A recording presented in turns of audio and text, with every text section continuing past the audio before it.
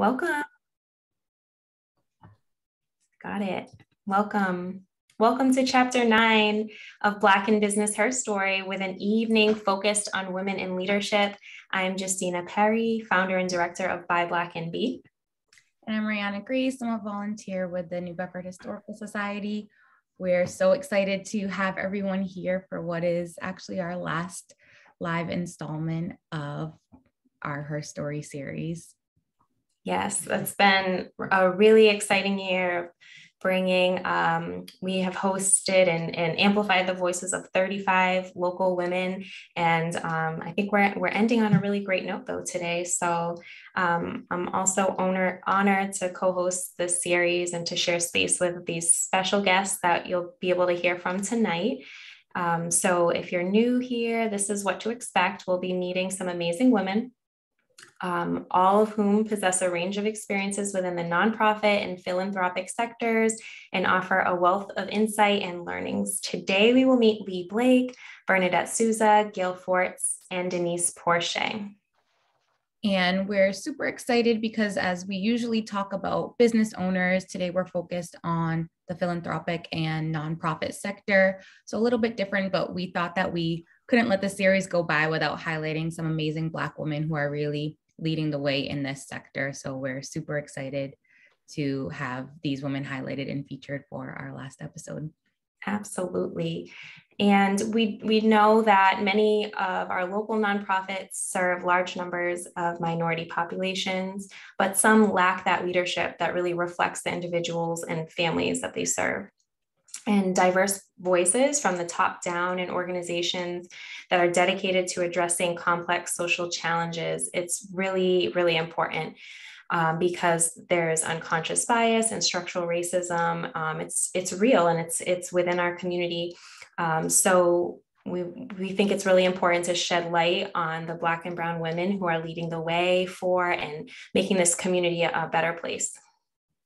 And it's been such a wonderful experience. And I'll speak for myself to say that I've been able to work alongside all of these women and I consider all of them mentors for me in my path. And so I know that in hearing their story, there's no way you won't feel inspired and encouraged because these women have really set the path for people like me, people like Justina, and probably a lot of people who are watching to be where they will be in the future or be where they are today. So can't give enough thanks and appreciation to the four ladies that we will hear from in a bit. For sure. Definitely role models, all four of them. We do have a couple of action items for you all who are tuning in, everyone in the audience. Please hit subscribe on your screen so that you can be in the know about our upcoming programming. If you enjoy the Black in Business series and you are passionate about supporting our mission of uplifting the Black community, then be sure to join us for our spring vendor markets kicking off in April on the 16th. That's Easter weekend in Fall River. And then again back in New Bedford on Juneteenth. We will have a select group of diverse vendors to offer you the best experience and an opportunity to find your favorite local products. And also be sure to bookmark buyblackandbe.com as your go-to resource for supporting Black businesses here on the South Coast. And it's growing, it's frequently updated, over 160 businesses that we have as a resource for you.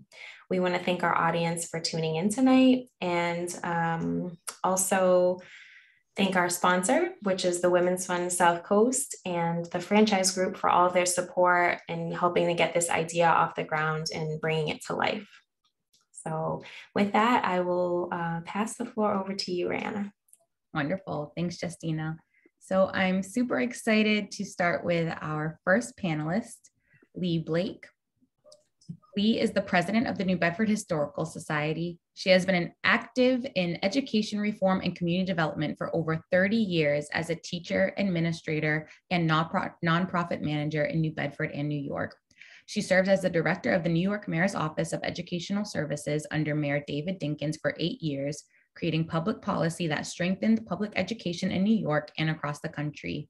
Lee returned home to New Bedford in 2000, where she worked at the University of Massachusetts Dartmouth and area school superintendents to create professional development programs for teachers and opportunities for businesses to support and address the needs of public education.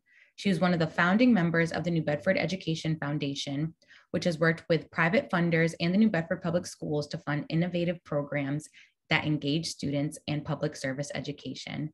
She served as the executive director of the campus contact at the UMass Dartmouth for 15 years until her retirement in 2018.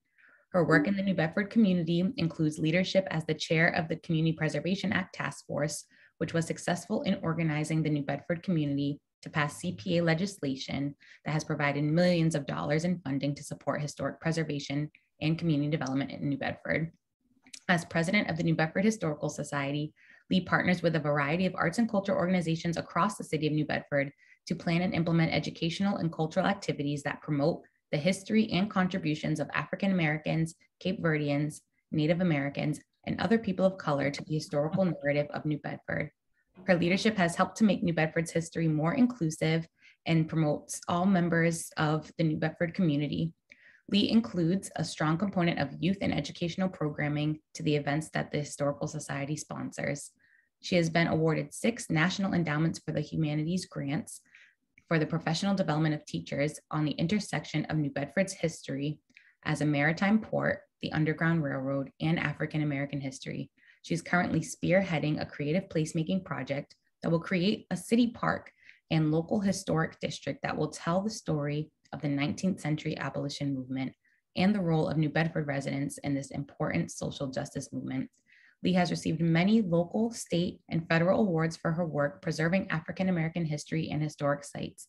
These awards include the Governor's Award for the Humanities from Mass Humanities, the Julie MacArthur Community Spirit Award for her work in historic preservation, and the Robert Stanton Award from the National Park Service for her work preserving the history of the Underground Railroad. Lee, it is such an honor to have you with us today. We would love to hear more about your story and how you got where you are. So thank you for your time. Well, I am so delighted to be here with you and Justina. Rihanna, I remember the first day Rihanna walked into the Historical Society and said, I think I should be here. I think I should be doing things with you. And it's always exciting for me and to the Historical Society to have people who want to come in and take our history forward, to show it, to illustrate it, to work on workshops and everything, because part of my development really was I began a lot of my community work as a teacher teaching African American studies. Students don't even have that anymore. I was teaching a while ago. I was teaching many years ago, right after I got out of college.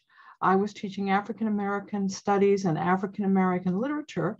And, you know, one of my mentors, for instance, was Everett Hoban, who still is here and still has been a mentor to many of us. But I really got inspired by the stories of people in the past. I was inspired by the work of African American women and what they were doing across the country in feminism at the time. And I started working in that area. And one of the first community development components that I did was working with 4 or 5 of my best friends was starting the New Bedford Women's Center. So there was no women's center. If young women wanted information on birth control, if they wanted information on the care and feeding of babies, how did women of color come together, there wasn't anything here. So very much like Justina and Rihanna, we came together with a small group of people and we started the Women's Center. And now the New Bedford Women's Center will be 50 years old this year. And what are we looking at? As women, we're looking at the federal government rolling back the rights of women. And all those years, we were always fighting for the right to vote, the right to have credit, the right to housing, the right to birth control. And here we are again, 50 years later, and we're going to have to do it again, ladies. We're going to have to do it again. And I know other people will talk more about that, but that was organizing the Women's Center was one of the real achievements that I had as a young woman. We went to the doctor's offices. We demanded for them to lower their prices so women of color could afford to go to gynecologists. We did all of that. And my phone is ringing. There's nothing I can do. But we did all of that as volunteers. So that's how I started. And from working at the Women's Center and organizing the Women's Center, I went on to be a teacher, and I taught in New Bedford High School, and I taught African American studies. And at the time, there were 4 or 5 other women, all women of color, who were teaching the similar things. Rhoda Purcell, some of you know Rhoda. She was teaching social studies. We had another friend who was teaching African American history. I taught history and literature, and we would all meet together because within the whole school system, we were like the only 5. And many of you know how that is. So after a number of years, I think I was getting ready to really kind of look at what other areas I could go into. But because I was a teacher, all people could see me being was a teacher. So eventually I made a decision that I was going to move to New York, that I wanted to work for a Black elected official. So I moved to New York, and in New York, I started working with an organization called the Recruitment Training Program. And what we did was, collectively, we worked to break the unions in New York City, which were not employing women or men of color. So for years, I did training. We made sure that people were trained so they could pass the plumber's test, pass the electrician's test, be a number of different construction trades. And that was something that was important for women because all women can't afford to go to college. And it wasn't just about affording. If you were a single woman and you had children, but you wanted to make sure that you had the income to support them, you might look at a non-traditional career. And at the time, if you were HVCA, if you were doing other kinds of work, you'd make twice as much money as a teacher. So the idea of non-traditional work really had benefits for women who didn't want to go back to college, who didn't want to get a student loan, who had children to support, and who were interested in doing ventilation work or plumbing work or carpentry. And that was one of the really interesting jobs that I had in New York, working with women who were struggling and helping them to really come up with a better plan to support their families. And, you know, I would work with women who actually really didn't know how to read. So we would be training them how to read, how to write, and how to pass tests. And they were such inspiration to me, because here I am, you know, I'm a college graduate, I'm working in New York, I'm from Massachusetts, but I would work with all these women who really, essentially, the school system, and Justina mentioned it, the school system had just like pushed them aside because of systemic racism, because of the color of their skin. They just were not ever given any opportunity. So that was a great job. And eventually that's what led me to work with David Dinkins, who was the first Black mayor of New York City. And I worked with him for 6 years, and was really an exciting and a heady time. First of all, as we are inundated now with some of the racism that exists and some of the white supremacy. I work with Donald Trump back then, when Trump spent all of his time making sure that Black people didn't get into any of his housing. And he owned all kinds of housing in Brooklyn and Queens and different places. But the level of racism that he exhibited is always fascinating to me, because when he did run for president, New Yorkers didn't vote for him because they knew what his track record was. And unfortunately, we're dealing with all that now. But I did have I had a wonderful time. I met all kinds of celebrities. I worked on huge projects in New York, working to change. One of the big things was the community schools, which is an important movement in New York and across the country, where schools, instead of just being, 7:30 in the morning to 3:30 in the afternoon, they were almost 24-hour schools where they were feeding, all kinds of workshops for parents in the evening, immigrants, assistance centers, night school for homeless children. We did it all. We had all kinds of hours. The schools would close at midnight and become a real keystone in all of their communities. So that's a movement that started in New York. We got a lot of funding for that. And then it moved around the country. And someday, I always hope that we would have some community schools in New Bedford, in some of the neighborhoods that really need more social services. So that is how I developed. I lived in New York for about 20 years. And then it was time for me to come home and help take care of my mom and my dad, who were not well. And I was happy to come back to New Bedford, because I always thought that New Bedford was a welcoming place. And I still do that. I still believe that. And often I spend time with people who are moving to New Bedford, where I talk to them about the opportunities that exist here to start new programs, very much like Buy Black New Bedford. You just made a decision to start it. In some other communities, if you make a decision to start it, there are all these politics that you have to deal with. But here, if you make a decision and you put your mind to it, well, you could do it, and you'll find people who will collaborate with you to get it done.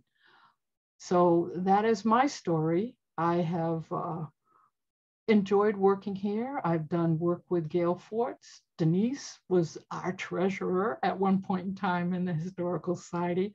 But I've had a great time. I think New Bedford has wonderful women of color leaders. And I would hope to see that more of you join some of the boards around the city. There's still a lot of white males at all of these organizations, and they need to be integrated. And in some ways, that's one of the things that I do with the African American history, Cape Verdean history, West Indian history, with the Historical Society. We have been integrating the history of the city, not that we weren't there as groups, but that nobody recognized us or they ignored us. And they don't ignore us anymore. We got murals all over the place. We have parks. We have memorials. And of course, you all know that we will have a Frederick Douglass Memorial in September of this year, with a new park, Abolition Row Park, opening up in June, probably around Juneteenth.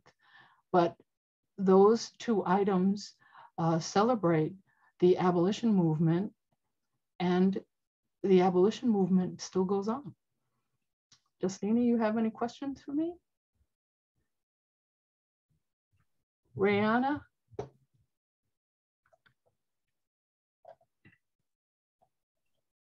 Yes, thank you for sharing that story. I learned a lot. I didn't know that you lived in New York for a period. So thank you for that, and for the message at the end to really encourage other aspiring leaders and some of the entrepreneurs on the call to get involved in join boards. So I will save the questions for our panel section, actually. So we will be bringing all of our guests together at the end. So I think people will be able to learn more at that time. So, and also thank you for sharing about the Abolition Row updates. We're looking forward to that for Juneteenth. Thank you very much. So up next, we will be bringing Bernadette on the screen. So we will, thank you. Hi, Bernadette. I'm going to read a little bit about you and let people know what they can expect. So tonight, our next guest is Executive Director of Youth Opportunities Unlimited, Bernadette Souza. A New Bedford native and lifelong city resident, Bernadette is deeply committed to her community, especially its youth. She's a longtime youth advocate and has significant experience in youth programming by virtue of her long tenure at the Boys and Girls Club of Greater New Bedford. She's the Executive Director for Youth Opportunities Unlimited and has been for the past 10 years. What motivates her the most about being involved in her community is her love for this beautiful city and its resources in the South Coast area. And she is dedicated to connecting families and youth with these unique resources. Growing up, she was very fortunate to have the right mentors and many moms who kept her on that narrow road, and now she feels it's her turn to pay it forward. She loves people and helping people. It completes her and gives her a warm feeling in her heart, knowing that she has the opportunity on a daily basis to make positive changes in this city. Bernadette is one of our sister schools' founding trustees and has served on their board of trustees for 8 years. She's now serving on the school's advisory board. She's second vice chair of the New Bedford Whaling Museum board and serves on the governance board and is co-chair of the education committee. She's a member of the board of corporators for Bay Coast Bank, a board member for One South Coast Chamber, serves and is the secretary of the Greater New Bedford Youth Alliance and its executive committee. Bernadette attended Rhode Island College and Assumption College, where she received a certificate in youth ministries and is a graduate of the class of 2013 Leadership South Coast. With enormous energy and a deep-seated passion for youth development, Bernadette is a powerful asset to this community and its youth and their families. Please join me in welcoming Bernadette. Thank you so much, Justina. Thank you, Rayana, for creating this night and giving us this platform to just share a little bit about ourselves. How can I, follow Lee Blake, right? Let's give it up for Lee. She was definitely one of my mentors growing up. Yeah. And then, to share this platform with Gail Fortes and Denise Porche, it just makes my heart pitter patter.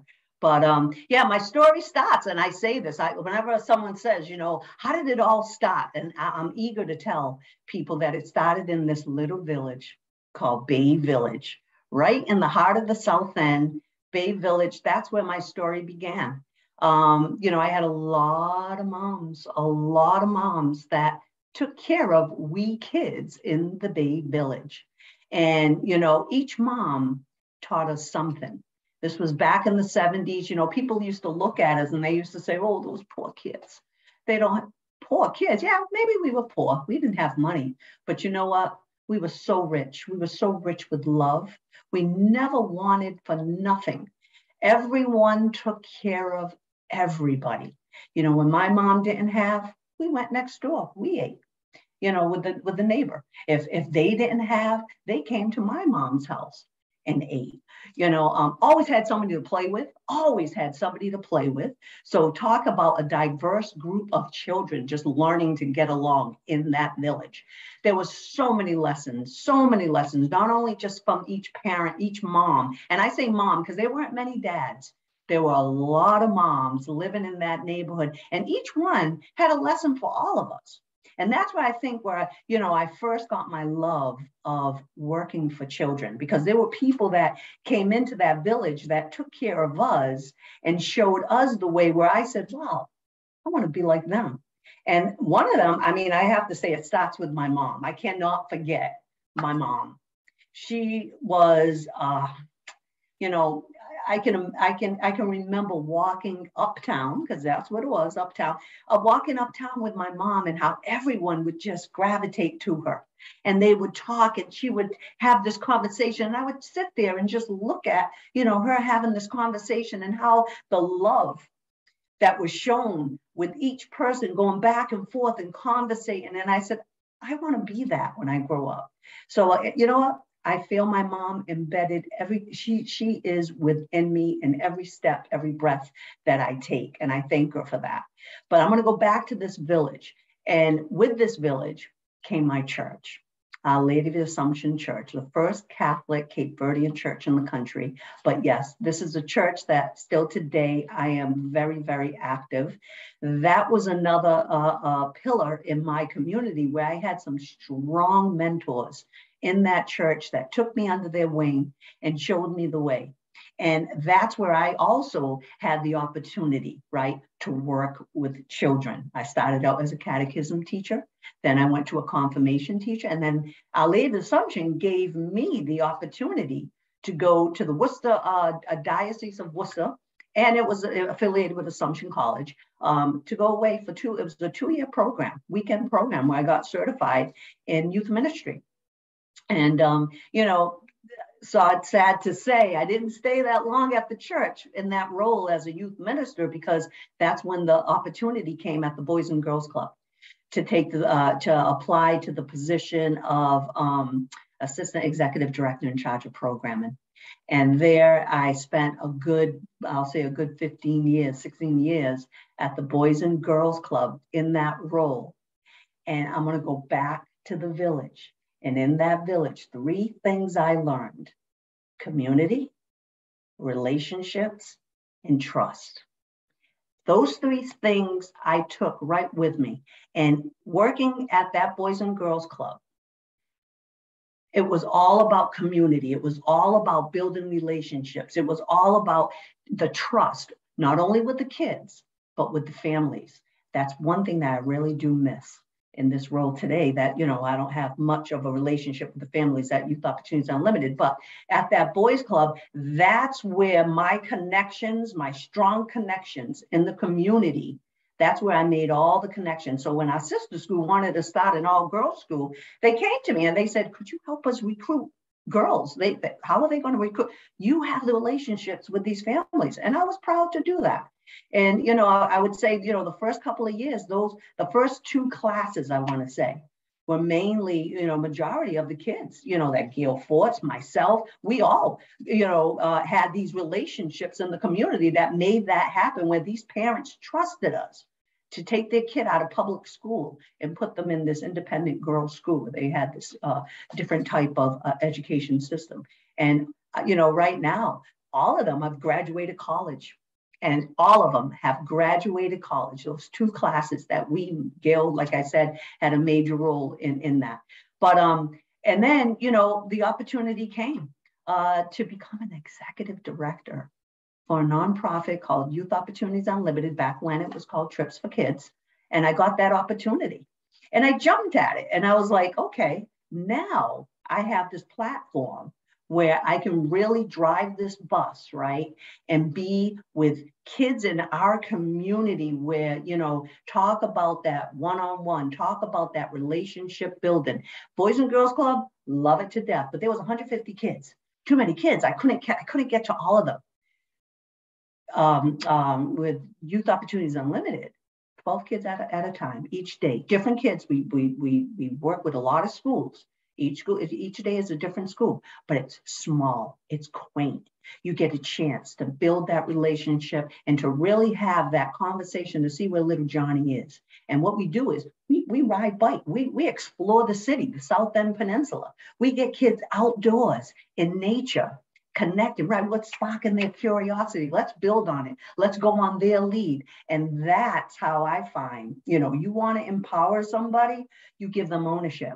So Lee was talking about empowering our youngins like you, Justina, and Brianna, right? Get on boards. How do we invigorate our 30-something-year-olds, right? Gail Fortes is running her Board 101 and teaching, these young kids who have this, they have powerful voices, and what I do, I say, okay, I'm amongst these wonderful young ladies and young gentlemen too, but how can I leave them with something to empower them to know that what they have within them matters, right? What they have within them matters. How can their voice, how can they use their voice in a powerful way and be on a board to make a difference in this community? And that's where I'm turning my my focus now on how can I empower these 30-somethings to come sit at that table, use their voice. They all have wonderful ideas. Wonderful ideas. So, that's my next little thing, along with, continuing to work with my 4th and 5th graders, because they're like sponges. They're eating out of your hands, right? They're so eager to learn. Everything got to be hands-on, right? You got to make it hands-on, make it fun. And that's our thing at Youth Opportunities Unlimited. 3 things, right? They got to be safe. And the next thing, I'm going to make sure they have fun. When they're safe and they have fun, they're going to learn. They're our future. They're our future. And I have this opportunity. I love New Bedford. New Bedford is a beautiful place. I love when people come and I give them the tours around New Bedford and I see New Bedford through their eyes. I get invigorated all over again. So I'm not going anywhere. And I look forward to all these young leaders who are stepping up now into these positions here in the city. Shane Burgo, right? Counselor at large. I can't wait to see what comes from Shane. But there's so many others, and that's to this day, I am going to try to empower, especially the women too. Empowered women empower. Oh, I love that. I love that phrase, that saying. So they're saying my time is up. I could still go on, but thank you so much for giving me this platform. And there'll still be more to come, especially from this girl. So thank you. Bernadette, thank you so much for sharing your story. We love all that you do. I don't know anyone who hasn't met you and knows what a bright energy and just loving, warm spirit you are. We're so blessed to have you in our community. And Justina and I were joking about that. You said you were a catechism teacher at OLOA. I'm currently a catechism teacher at OLOA. Justina was a catechism teacher at OLOA. I know that Gail was a catechism teacher at OLOA. I don't know if Denise, maybe we'll hear that as well. But just I think the importance of the church community in our lives, but just as you said, different communities along our pathways, having mentorship. It might not have been officially someone saying they're mentoring you, but then looking back and seeing the actions that people displayed towards you and how, like you said, they took you under your wing. I think that that's something so important, and we'll probably talk about it a little bit more, but even with all of the business owners that we've interviewed, we've found that that's definitely a common thread for these Black women-owned businesses is the component of mentorship and not going through things alone, finding that there are other people in your corner rooting you on, sharing their expertise and telling stories to help you along the way. And that's what you're doing for us, and that's what people did for you. And we so appreciate you continuing to pass that down. Oh, thank you. Thank you, Justina. Rihanna. I'm so proud of you too, you and Justina. But thank you. Thank you. Thank you so much for your time. And I'm excited to welcome up our next panelist. Really excited to hear from Gail M. Fortes, the Executive Director of the YWCA of Southeastern Massachusetts. Gail Fortes has served as the Executive Director of the YWCA of Southeastern Massachusetts since September 2006 and has served the YWCA in numerous capacities since January 1994. Gail is truly committed to the YWCA mission of eliminating racism and empowering women. She is truly passionate about social justice, advocacy, leadership development, women's empowerment, and anti-racism work. Gail is the 2015 Standard Times New Bedford Women of the Year and a 2016 Unsung Heroine for the Massachusetts Commission on the Status of Women. Gail is currently the Vice Chair of the South Coast Community Foundation, past President of the National Association of YWCA Executives, Chair of the Board of Youth Opportunities Unlimited, and is involved in many other organizations in the community.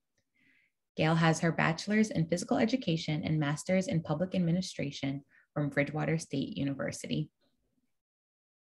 Gail, we're so excited and looking forward to hearing your story and all that you do and all that you've done. So please take it away. Great. Thank you so much, Rihanna, and thank you, Justina, for inviting me to be a part of this event tonight and this wonderful panel. I mean, Bernadette, Denise, Lee, I mean, you know, what more can I say? I mean, we've all worked together. Rock stars. So many times, all rock stars, you know, for sure, and we'll continue to work together to improve our community. So as Rihanna said, and Bernadette said, a lot of things that I can relate to, especially was a catechism teacher as well at Our Lady of Assumption. And I see Sister Marianne is on here watching this. So again, someone that had a lot of influence, you know, on my life, you know, as well, you know, Lee, a great mentor. And of course, you know, my wonderful mentor, Yvonne Drayton. I don't know if she's here tonight, but we'll talk a little bit about her, you know, in a second. And then, you know, going back, you know, my personal history, born and raised, you know, in New Bedford, and went to, you know, Catholic school my whole life, St. James, St. John's, and then on to Bishop Stang, when really, you know, I don't know if Sister Marianne remembers this, but it was a, you know, a time when my mother talks about this, that, you know, being at a church that was, you know, a very diverse church and trying to diversify, you know, the schools, you know, very similar conversations to we're having today. And, you know, approached my mom and, you know, and several others, you know, to go to, you know, Catholic school, you know, too. And it was something that was, you know, important, you know, to my family. I was the only one. I'm the youngest of four. I'm, you know, the only daughter, you know, to have, you know, that opportunity. So I know that, you know, I'm truly blessed and grateful, you know, to have, you know, that education. But now reflecting back, you know, now that I'm older, you know, I see the challenges, you know, with diversity and, you know, anti-racism and things that even happened to myself that, you know, that we know that our young people face, you know, on a day-to-day basis. So a lot of things, you know, haven't changed, but, you know, moving on to that journey, going on to Bridgewater, you know, was important, you know, to me and the community, you know, being in touch with my Cape Verdean heritage is very important, you know, growing up in that culture. You know, my dad and my uncles all played in a band. So we really grew up in embracing that and giving back to the community. You know, my grandparents were very involved in not only A Lady of Assumption, but some of the other Cape Verdean clubs and churches, you know, and other, you know, charitable, you know, work. So having that ethic was, you know, something that was instilled, you know, in me and something that was, you know, important. And, you know, Bernadette talked about her mom, and I have to talk about mine, you know, as well, because she was always looking for, you know, opportunities for me and jobs for me. And that's actually was my first experience at the YWCA after almost drowning, actually twice, because I, again, you know, child of color that didn't know how to swim, you know, and when we're surrounded by, you know, water, you know, some of the things that Bernadette's, you know, doing now at Youth Opportunities Unlimited and other, you know, programs. But after the second time, you know, made sure that I went to the YWCA. And, you know, Penny Santos, she was, you know, another person that I worked with that, you know, learned how to swim, learned how to cook, learned how to sew, you know, a lot of those basic, you know, leadership skills for young girls. I think I was 11, you know, at the time, and really still remember that to this day, you know, how important, you know, that was. And then who would have thought that, you know, 13 years later would come back, you know, there as, you know, as a staff person.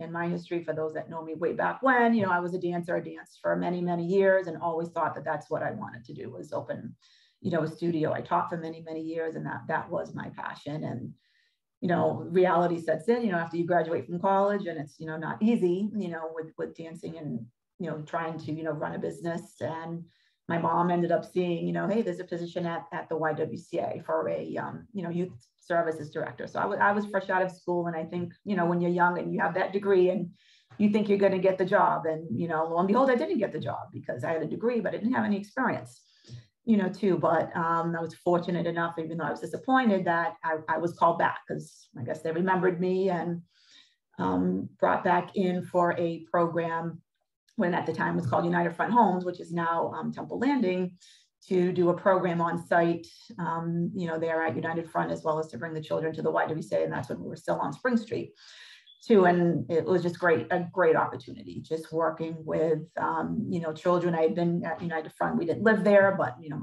two of my aunts lived there. So I spent a lot of time there, as well as in the Bay Village, and really seeing the opportunities that, you know, children needed to be together, to experience, you know, arts and crafts and athletics and swimming and learning to cook and sew and just build community. So it's, you know, started to grow on me. And, you know, 5 hours a week became 10 hours a week, became 15 and 20. And, you know, I joke around with Yvonne about that now, that I said, I think, you know, you had this plan all along, and probably I didn't even realize it. And it's funny, because I was telling the story today as how I had given, you know, my notice that I was going to leave and move on to another, you know, organization. And the week before I was supposed to do it, and Yvonne never said anything, you know, to me, you know, about it, but then just something didn't feel right. Something didn't sit right. And I really love the mission of empowering women and eliminating racism and social justice, and the work, you know, that I was learning and seeing all these wonderful women, you know, Lee Blake and Eleanor Ponce and all of, you know, Jan De Silva, and, you know, so many more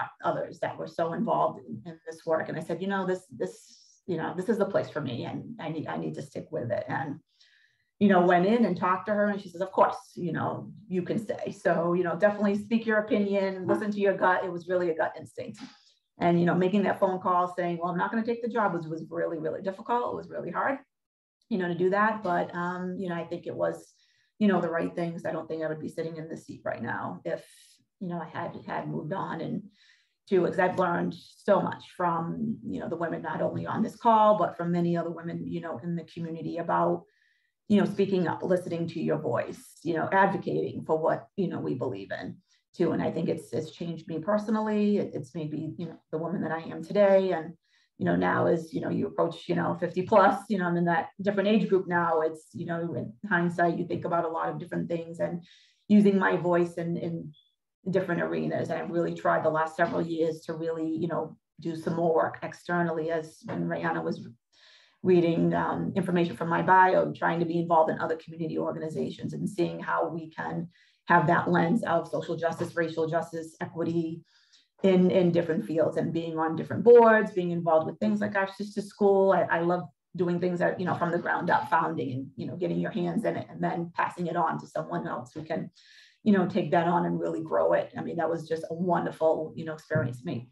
Met so many wonderful, you know, students and families and other people that I never would have met before. I've hadn't been involved with that, as well as many other things that, you know, I'm involved with. And it's, you know, so important. I mean, I'm the mom of two daughters, you know, grandmother of a daughter. And, you know, we talk about that all the time of, you know, listening to your inner voice, you know, being a mentor, mentoring, you know, as well as a mentee, and really lifting people up. Because as, you know, as Bernadette said, like with the board leadership class said, you know, we're in, you know, getting ready for session 5, a 5 to 6 month program. And it's just what a joy it's been for me personally, even to do that, to see so many young people that are so eager and want to learn and want to be involved in, you know, nonprofit sector, public sector, private sector, and have their voice be heard and bring their experiences to the table. Because it's just to, you know, make decisions and have diverse groups that are inclusive, and really listening and hearing what everyone is saying is just so,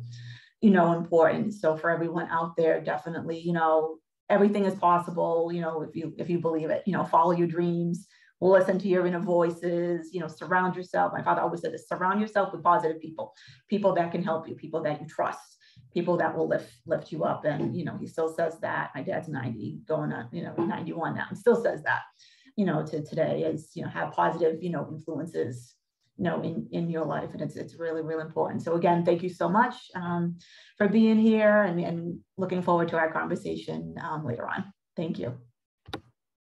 Hey, thanks, Gail. Thank you so much for telling us about that journey. And you know, it sounds like you didn't get here alone. You had family, there was church, there's a lot of support that you've had, and a lot, and you've built that network, and now really able to give back to the community in so many ways. So thank you for sharing that. And we'll definitely look forward to hearing more from you as we rejoin with the panel. So next up we have Denise Porche, and I will read a little bit about Denise, who has held leadership roles in philanthropy, social service, provision, and community activism for more than 2 decades. Presently, Denise is executive director of the Island Foundation, which she has led since 2009. Under her leadership, the Island Foundation has increased its funding for equity and inclusion, basic needs, and educational and work opportunities for underserved populations. She has also founded the Southeastern Massachusetts Food Security Network and the Women's CEO Group. Denise's leadership in philanthropy includes prior facilitation of the Greater New Bedford Funders Network, Exponent Philanthropy's local engagement group, board service at Philanthropy Massachusetts, and the Environmental Grantmakers Association. And she also taught graduate courses on social justice philanthropy at the Heller School. Currently, she's co-chair of a peer network for the National Center for Family Philanthropy, and she serves on the boards of the Redford Center, Project Citizenship, and the South Coast Community Foundation. Additionally, Denise is an advisor for the Sillerman Center for the Advancement of Philanthropy, the Leddick Center for Civic Engagement, and the Social Innovation Forum. Prior to joining the Island Foundation, Denise was a fellow at Harvard Law School. And while at Harvard, she worked on inclusion projects, immigration issues, and she was a member of the Harvard Diversity Working Group. And before that, Denise spent many years at Catholic Social Services, directing the Office for Child Protection and the Catholic Campaign for Human Development. Denise holds an MSW from Boston University and a BA in English Literature from UMass Dartmouth. Let's give a warm welcome to Denise. Thank you, Justina. You're welcome. Thank you for being here. The floor is yours. Thank you. Thank you. Wow. Listening to all of the women before me, there are so many common threads that we all share. And I think it's just a testament to this great community here in New Bedford that really has spent a lot of time uplifting youth and especially women leaders. So I'm grateful that we all share those common threads. When I think about my professional journey, it actually begins with dreaming as a kid and wanting more for myself. Much like the modern day vision board, I spent many a day sitting in my room at Potter Street, looking out the window and just imagining what could be, what was I going to be when I grow up? How was I going to help the world? And I was really curious about a lot of things. I wasn't just curious about the people around me in Potter Street. I was really curious about the world and how it worked. I had like this insatiable need to try to fix things and problem solve. And I explored a lot of that curiosity through reading. I spent a lot of time in the library. The library was my best friend. Books to this day are my best friends.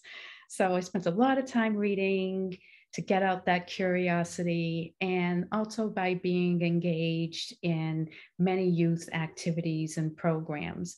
I know Gail mentioned how she brought a lot of youth from United Front over to the YW. Well, I was one of the youth that were brought over from Potter Street, and I looked forward to the program booklets that the YW would put out on a seasonal basis to see which activities I could join. And many of the leaders in those programs really helped to shape who I became today as a professional. And all hats off to Sister Mariana at OLOA Church. I'm so glad we all have that thread. Oh, by the way, I did not teach catechism. That honor would go to my twin sister, Cecilia. She taught catechism. So vicariously through her, I'll take that credit. But I did work for the church for 10 years, so I guess it all works out. Sister Mariana was instrumental because she asked a lot of questions constantly throughout my whole life. She wanted to see what my thinking was on different issues. Then she wanted to test and see if I had evolved in my thinking. And so kudos to her Socratic method in really keeping me on my toes and getting me to really be grounded in what I was doing and saying and how I was showing up in the world. Then there was Grace Young at the YWCA. She really taught me a slew of business skills as a preteen, a teenager, and into my early 20s. I mean, from everything from how to craft an agenda, how to do a budget, how to do the ask. And she also provided opportunities for leadership for me. I was the youngest chairperson for the Martin Luther King Committee at the YWCA in their history. And talk about having to sit up and do a board presentation at the age of 16. But she prepared me well, and hard work does pay off. So, you know, many thanks to Grace for all that she did for me.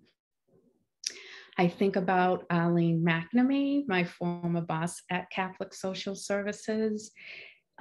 During my time with her, she gave me absolute creative freedom to do program development at CSS. Whether I had it right or wrong, she was always there for me. I mean, it doesn't get any better than that, to have that creative liberty at work.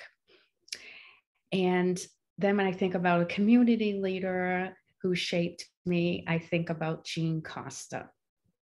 Her unwavering belief in my capabilities before I even knew what I was capable of. So I thank you for that. And I think all of these women were a testament to the power of having an interested adult in one's life and how that really can shape you. The biggest champion in my life was, of course, my mom. She was a first-generation American, and she really valued the power of education.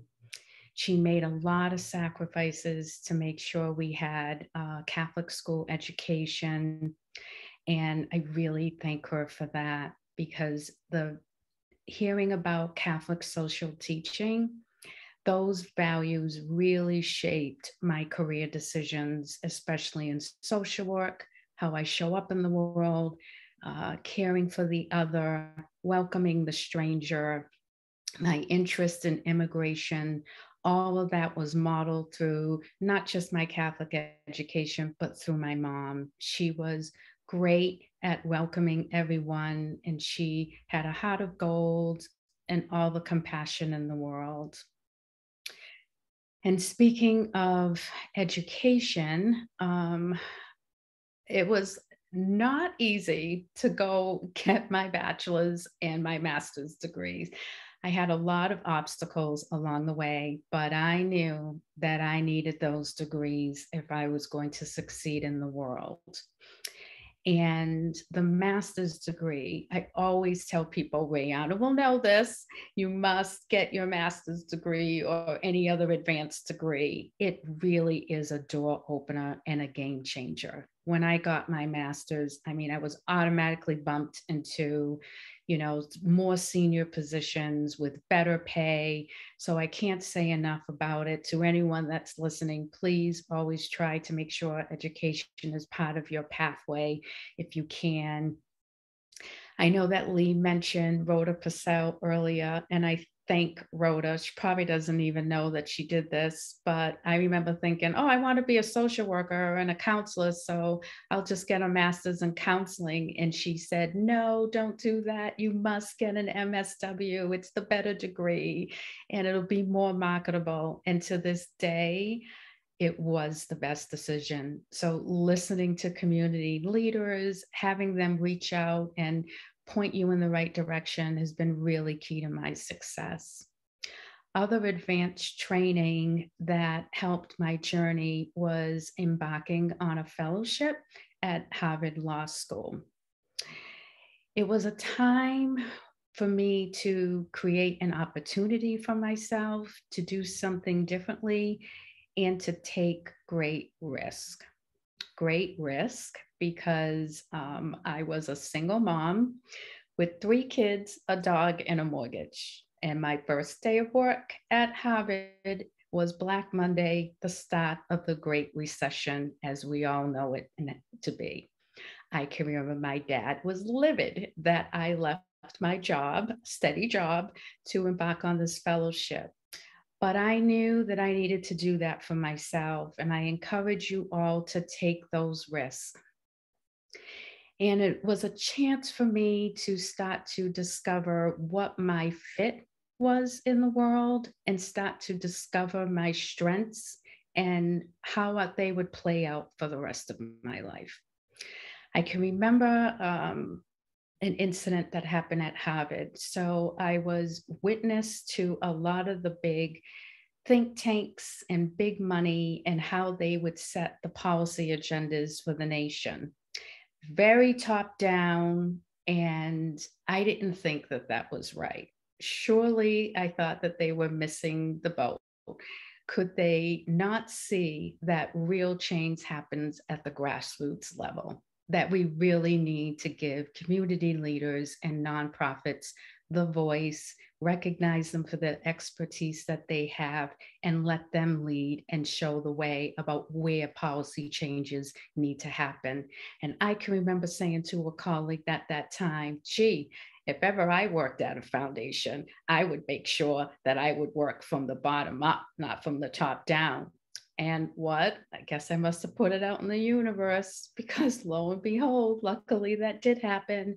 And I ended up at the Island Foundation right after I finished my fellowship. I believe that the trustees and Julie Early, the executive director before me, recognized the community work that I did and how it was congruent with their values and their goals for the foundation. And I worked with the board and the staff over the past 12 years to make some shifts in philanthropy and some shifts in thinking to have more capacity building for nonprofits and foundations alike, to introduce more equity and inclusion discussions into the conversations in the field of philanthropy, and to drive more assets to the region. Those have been my goals for the last 12 years. And I'm happy to always work with, Gail and Bernie and Lee, and happy to have Rayanna on staff to make all of that possible. And finally, this little girl from Potter Street with big dreams. I'm still ever curious about the world around me and people. And I take that wonderment into action and hope that it can make society better and more just for all. So thank you for this time. And I will turn it back over to Rayanna. Thank you so much, Denise. Always thrilling and wonderful to have you, and so great to hear your story. And I will just add that Denise has always looked out for me even before I was on her staff, checking in, seeing how I'm doing, both personally, spiritually, emotionally, and just always being there to help check in and make sure that I'm doing well. So as have all the women on this call, really. So thank you all. And I'd love to invite everyone back on so we can move forward with the panel portion of our evening. We have sent over a few questions to everyone, and I know that people will be really excited to hear more about what you have to say. So I will hop right in with the first question, which is to please describe your leadership style, how you lead others, and do you think in your experience, has it been different from your male counterparts? So Lee, if you don't mind starting us off, I'd love to hear your thoughts. Well, it's wonderful to be part of this panel, but also to look at the women here I've all worked with, because I have a collaborative leadership style. Mm-hmm. I believe that we leverage our power by working together. And whether it's being a board member with Gail or supporting Bernadette by making sure funding notices come her way.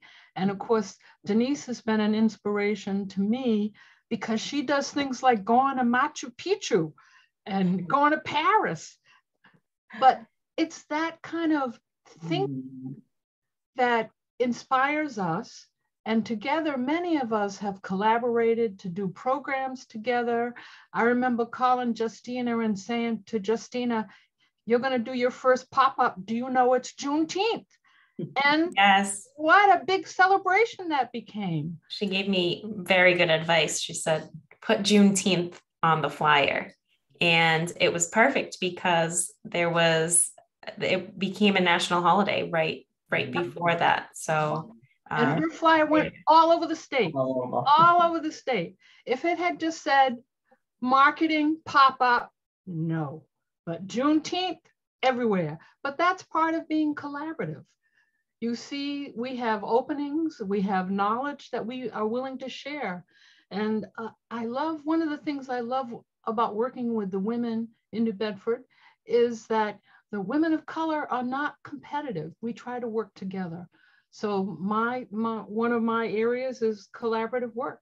So Rayana, that's it. Thank you, Lee. Bernadette, what about you? Let's see, first, my leadership style, I lead with my heart. Everybody knows that, right? And it's okay to lead with heart. And also, like, I got a coaching side to me. Mm-hmm. Whenever I'm amongst someone, I got to leave them with something, you know, whether it's the staff, whether it's just volunteers coming in, right? I got to just give them some kind of empowerment, something that could let them know that, yeah, you got something there. Go for it. Don't be afraid, you know? So, yeah, heart, coach. I'm a visionary. I like to just think of things, but then I have to tell people to do it. I'll think of it. You get it done. But, you know, yeah, that's my kind of style. And I'm authentic. I mean, I am who I am, right? Yeah, always. You get the real Bernadette every time, no matter the setting. And that's what we love about you. Thank you. Gail? Yeah. Thanks, Rayana. I think my leadership style is, I would say, servant, leadership. I would not ask anyone to do anything that I wouldn't do myself. I've taken out the trash. I've cleaned the bathrooms, and this is recently, with short staff like many people, or pick up the trash as you see it, put the snow out, do, whatever it is. And being at the YWCA so long, I think, growing from within, I've done pretty much every job there. So I get what people are feeling. I understand it. It might be a long time ago, but it's like coming down, going into the classrooms, going into the residential, seeing the programs. And, actually, when people have left over the last year, but it's given an opportunity to really sit with people and really talk to them and really listen. Like, what are you interested in? What, let's slow down a little bit. Let's, and those things I hadn't really had a chance to do because, as you move up, sometimes you kind of forget about that because you're so involved in other things. So it's, brought me back, to that. And I have to say one more Sister Mariana thing, because it remember, Sister Mariana, the day you saw me at Shaw's and you said, this is your vocation. I don't know if you remember that, but that stuck with me. This was years ago, but I never forgot that too, that, doing the work that you're doing, that is your vocation, that is your calling. And that stuck with me, forever. And as hard as this work is, every time it gets difficult, something happens. Last night we had a wonderful in-person program with women that were from Afghanistan. And I literally had welled up with tears, like seeing the women coming in for a digital literacy and financial literacy program that are due to our country. Like, this is what we do. Yeah. This is empowering women. This is eliminating racism. This is beautiful. It was just a beautiful feeling, to see that. So it's a wonderful thing, and just try to keep that, in my mind when I'm doing things, and try to be collaborative and, bring people in as much as possible. Thank you. Yeah, no, thank you. Denise, how would you describe your leadership style? Much like what everyone else said. Like Gail, I took out the trash during COVID because I said, if anyone is going to touch COVID trash, it'll be me. And I, like Bernadette, leading with passion. Absolutely. And trying to get people excited about solving social issues, about having a common goal, like Lee said, and being collaborative, and really having that team spirit that we can do this. Let's roll up our sleeves and solve these problems that are very urgent and pressing in our city. So That's my style. And I can vouch for that. Totally in agreement. Brianna would know. Yeah. Great. Thank you. So the next question we have for anyone who wants to start us off is, what would you identify is the biggest barrier for women accessing leadership or attaining different leadership roles? That's a good one. I see I would Bernadette. say a big barrier is women not raising their hands. Mm-hmm. I tell my daughters all the time since they were little, raise your hands. Mm-hmm. And, you know, I think many women will use shyness, or they'll say that maybe they'll feel inept, but I'm like, no, raise your hand, use your voice, say what you have to say. Mm-hmm. And so that's my mantra. Yeah. I love that, Denise. And we were actually yesterday on a call for women interested in either running for office or joining boards and commissions. And Dr. Shannon Jenkins, who is a political science professor, she was saying the same thing, that those are some things that inhibit women from running for office, but that when women run, women win. And that sometimes it's just getting over those self-doubts. And of course, there are a lot of real systemic barriers, but oftentimes it's a lot of things that women think about that men don't. They'll just say, I'll try it. I'll raise my hand. Oh, I could do better than that one. And women have to think of A, B, and C, whereas like you said, raise your hand and go for it. And there might be opportunities that will just present themselves on that alone. Thank you. Yeah, I have to say, just use that inner voice. We all have that voice. Mm-hmm. Don't be afraid, right? And, you know, I have to say, you know, how we juggle with family responsibilities. Yeah. We Mm-hmm. got that, you know, I'm sorry, it's there. The real barrier. But that's what makes me feel even more empowered, because after work, I come home and I get things done. And I'm like, damn, I'm good, right? We got this. So no matter what we are facing, we find a way through to get through it and get the job done. So that's how that's my power. That's what makes me go forward. And whenever I have any kind of doubt, I think back and I said, no, I got this. And we do it. So we got to just find that inner voice, that inner confidence, and get it done. It's that simple. And there's a comment from Susan Lee to add on to that point, Bernadette. Susan Lee from our audience says, women look in the mirror and think, I need more education before I run for office. Men look in the mirror and think, what a great candidate. So definitely it's that confidence, confidence to speak out. Great. Thank you. The next question I have is, how do you push for systemic change around ideas that are new or maybe not popular? I know Lee has a lot of experience in that. And my experience is very much like the idea of running for office. Don't let anybody tell you no. Don't let them tell you no. There are many examples that I could use, but I'll just use the Abolition Road Park. Now, most of you know that Johnson House, across the street, there was 2 vacant lots that all people did was throw garbage in it. And so I went to City Hall and I said, you know, we have National Historic Landmarks to one of the most important people in the country. Could you help me clean it up? Well, you know, we don't know. And then I started working with other people, and people would say, oh, I don't know why you want to do that. That's too much work. And I'm like, yeah, but if we cleaned it up, we'd have this whole area would be a whole new shining star. Well, Lee, and then people would say, well, you know, you can't do that by yourself. And I would say, well, why not? Well, you know, I raise just about all the money with the Historical Society. I work with the city. That is going to be a park in June. But for years, all I heard was, there ain't nothing happening there. I don't know why you bother. But I've heard that over and over again. And I'm sure many of you have heard that. No, I don't think so. It's not worth it. Those people won't appreciate it. And who are those people? We're those people. So you just have to put your head down and go forward. Keep going forward. Thank you. Gail, did you have any thoughts on that?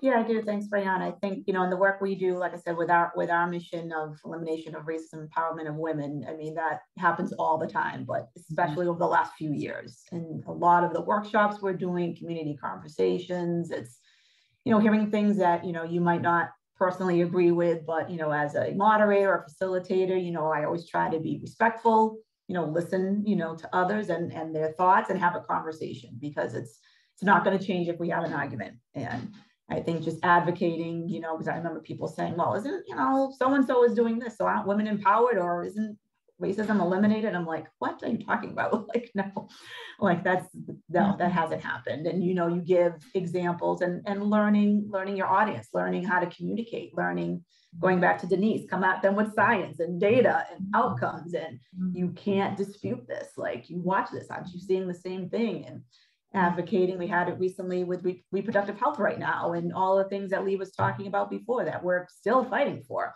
again, and more that we're in voting rights. Right. Like, who would have thought we would have had to, continue to do this? When COVID, COVID really brought these things to light that we all know has been happening for years, most of us on this call, but for some people, this is the first time they realized it or even had conversations about it, because it wasn't part of their world. It's not part of their reality. It's not part of their experience. Yeah. So I think, doing that and sharing it, which is tough sometimes, sharing your story, like we're doing here, sometimes is very challenging and very draining and emotionally taxing too. But I think, just try to think of, the greater good, and, things aren't going to change unless we have all voices, there at the table. We have to keep having those conversations. You might not change everyone's mind, but you might change 2 or 3 people. There, and then just kind of go at it from there. But it's, and it's unfortunate that we're having to still do some of the same things that Lee and her group fought for almost 50 years ago now with the Women's Center. I mean, it's right. Sad, but we have to keep it. Somebody has to do it. We have to keep those voices. Great. Even if it's unpopular. Yeah, even if it's unpopular. You're right. Thank you, Gail. During everyone's presentation, I think everyone touched on some type of family obligation, whether taking care of parents, taking care of children, being married, etc. How do you balance in your career path, family, work, all the volunteer opportunities, fellowships, school? Is there even a such thing as balance when you're juggling your 5 different intersecting responsibilities? I see Bernadette. I say there's no such thing as balance. Yeah. You make choices. Yeah. You make choices. And if there is a balance, the balance is coming to terms with those choices, making peace with those choices, and recognizing that you need all of those choices to have a better life for you, your children, your significant other, your community. So that's how I've always handled that dilemma. Yeah, it's real. What I would add to that, while you're making those choices and trying to find balance, remember to fill your cup. Self-care. It's so important. Take that time out for you, not for family, job, or anyone else, for you. It is so important. We need to breathe. We got to breathe first, right? Take that big breath, get that oxygen before we can continue doing, what we do. And it's a lot of work. It's rewarding though. This is what we love. But when you couple that with self-care, you're able to do the balance act, because it's a lot. I'm not going to, you come home, you're tired. And I find myself in this office while, my husband, his day ends at 5. He can literally shut everything off until the next morning. Right. And I look at him and I say, how lucky are you? But then again, the work that we do is rewarding, because we get to see people such as you, Rayana and Justina. That's the benefits, right, of our work. But if I can say one thing, is self-care. Fill your cup and make sure you're okay before you continue on, because you will fall if you don't. Right. I see you filling your cup. I think Bernadette's self-care is going on walks around Sasquin Pond. Yes. So that's our, we share that. Each other all the time. That's yours too, Justina. That fresh air, it just, keeps you going. So you got it. Just Be also modeling want to that. mention, as we balance our family, our work, friendship. Friendship is so important. Having friends that you can debrief with and that are part of your self-care regimen, getting on the phone and talking to somebody, going out and having a cup of coffee once in a while, because you do need to debrief. And having friends, they're forever. They're forever. I always tell people, Lee, about the time it was for Jackie Ramos's birthday. Jackie, we had featured on our education segment that talked about Sunshine's Place, but it was Jackie, Gail, Lee, Eleanor Pons, and we got together for Jackie's birthday. And I always think of that time because I was new to the Historical Society. I was new to kind of the nonprofit world. And it was just, as Lee said, we weren't talking about our jobs or talking about the heavy issues that we have to face in the communities that we work with. We were laughing, telling stories, eating a delicious dinner, and really just enjoying and celebrating someone's birthday. And it really left such a mark on me for the importance of having your sister friends, having your girlfriends, having intergenerational friendships for me, and being able to call on people different ages, different lives that I can always depend on and turn to. So that really just meant a lot to me as well. And I know that I totally agree that is a form of taking care of yourself and helping to be able to maintain between all these different worlds. Gail, I saw you nodding. Yeah, thank you. No, I agree. I actually was thinking of that, and been in Lee's company and a few other ladies when I was probably your age, too, and beyond now. But it's, those, and I think Bernadette and I were laughing because we were thinking, yeah, we're going out, but we're not having coffee. But anyway, but that's important to really do that. And actually, I had something that happened today, and I happen to be at another place at North Star, and I said, "Oh, is Maria here?" I'm like, and she's like, "What's the matter?" And I just just needed to unload that, because as an ED, I can't do that in the office. But oh, this happened. What do you think? And I left there after just that 15 minutes. Okay, I feel better. Yes. Now, because it's something that she had been through. So even though I've been an ED for a long time, sometimes you still need to have that person that I trust, that I know isn't going to betray that confidence, that I could talk it through. To okay, it's not that bad. You see glass half full versus half empty type thing. Too. And sometimes and it was just a spur of the moment that I ended up running into her. But it was I think all the things happen for a reason. So I think I agree. I'm bad at self-care and downtime, and I know that too. So I'm trying harder. My granddaughter forces me to do it. That's everybody knows that's my baby days. Don't bother me on Fridays and Sundays. Well, she'll say I'm a big girl. She's not a baby. But those are my days. Yep. Wonderful. Thank you, Gail. And so for our last question, I'd love to hear from everyone.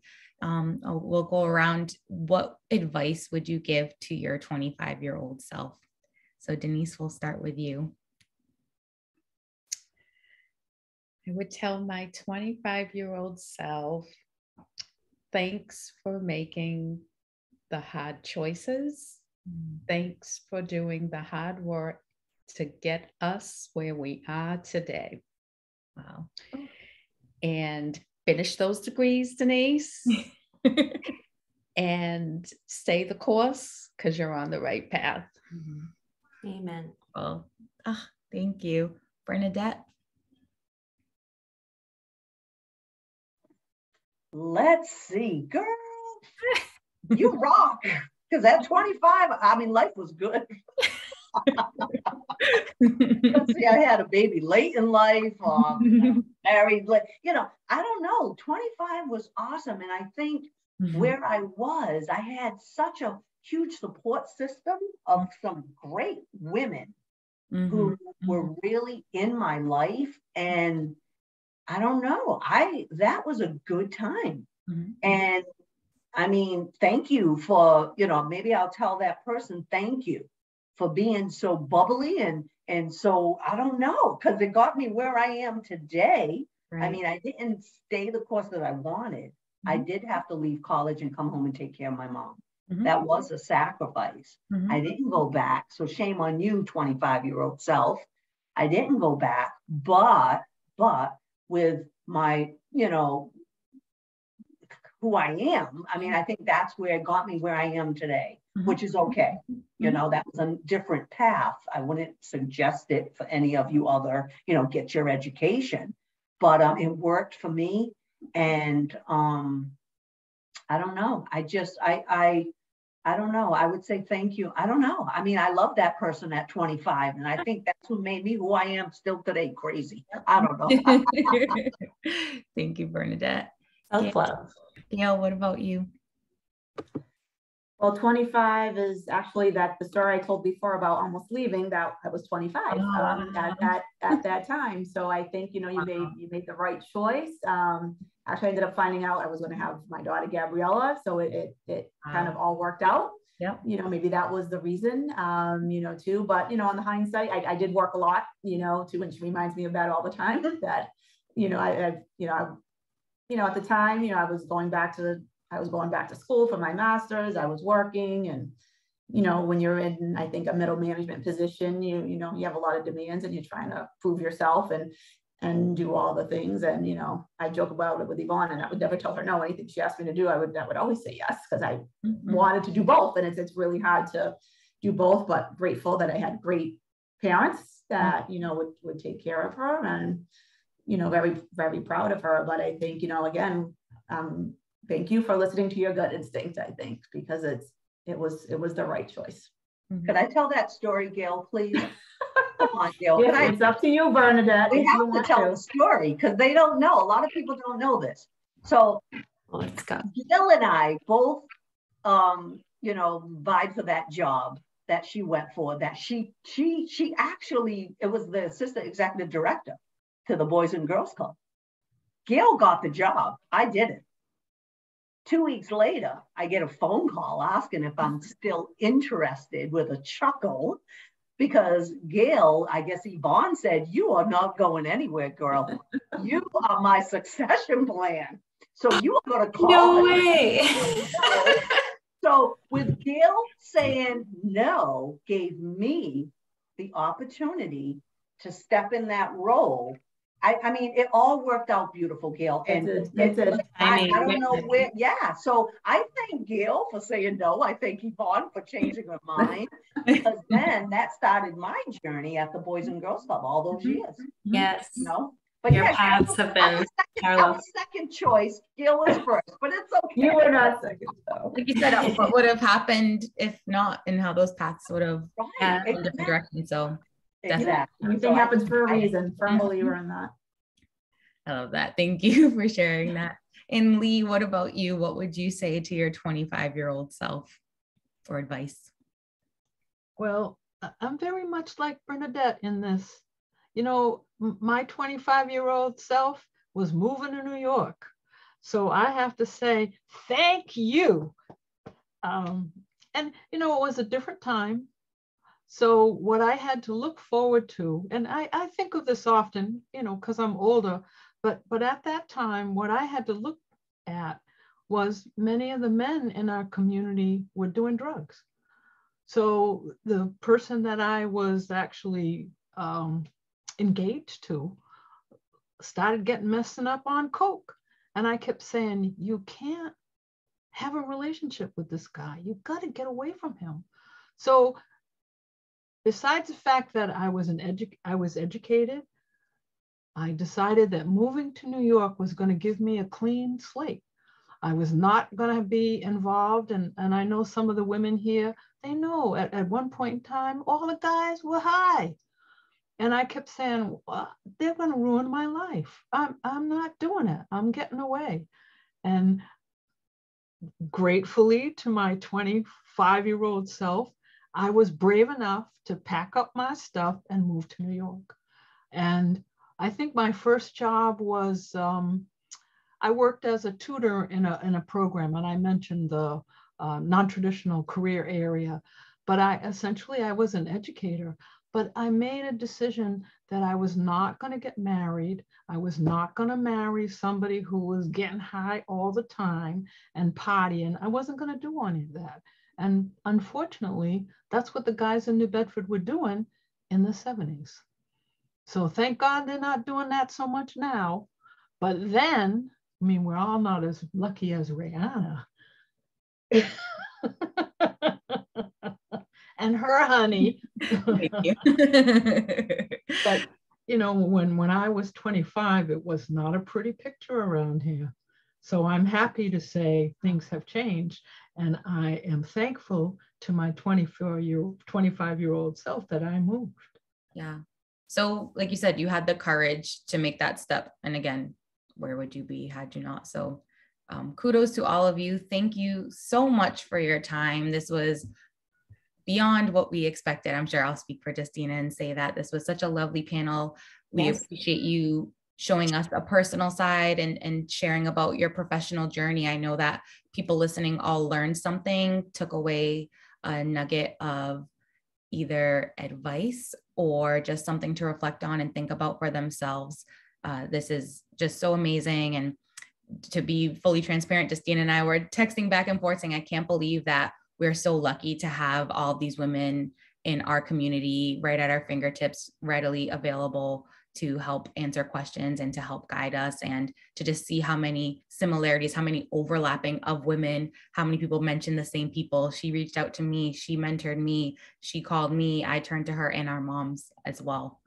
So just so grateful for all of you. And from my point of view, so grateful for Justina, who invited me along on this journey that started as just a brainstorm of something we could do for Black History Month that turned into, instead of one thing, what if we did it monthly? And instead of just 4 people, what if we got a whole group of Black women who own businesses, and let's do themes, and let's reach out to other people, and let's ask people to suggest other women that we haven't heard of, and let's grow this network and make it into something viable that people look forward to, that people see as a resource, that they reference. And Justina, as a person who has a job, has a husband, has a daughter, is joining boards, is leading trainings, is pulling together directory, has applied for grants for the first time and got funding to make this grow into something that is sustainable and really impactful. It's just been amazing from my viewpoint to see Justina really help make a difference in our community. And again, you all really laid the groundwork and the pathway for us to be able to be in this position. So can't thank you enough from the bottom of our hearts. We're so grateful for you. And this is really such a lovely evening. Thank you, Rihanna, for those kind words. I could not have done this without you. We definitely know that hearing these stories can help to create a pathway for some aspiring and some people aspiring for similar careers, and you just never know the impact that you can make. So we're really appreciative for each of our guests, for their honesty, their willingness to share. We want to thank everyone who tuned in. Thank you for rocking with us, and good night. That wraps up our Her Story. Thank you. Good night, ladies. This was great.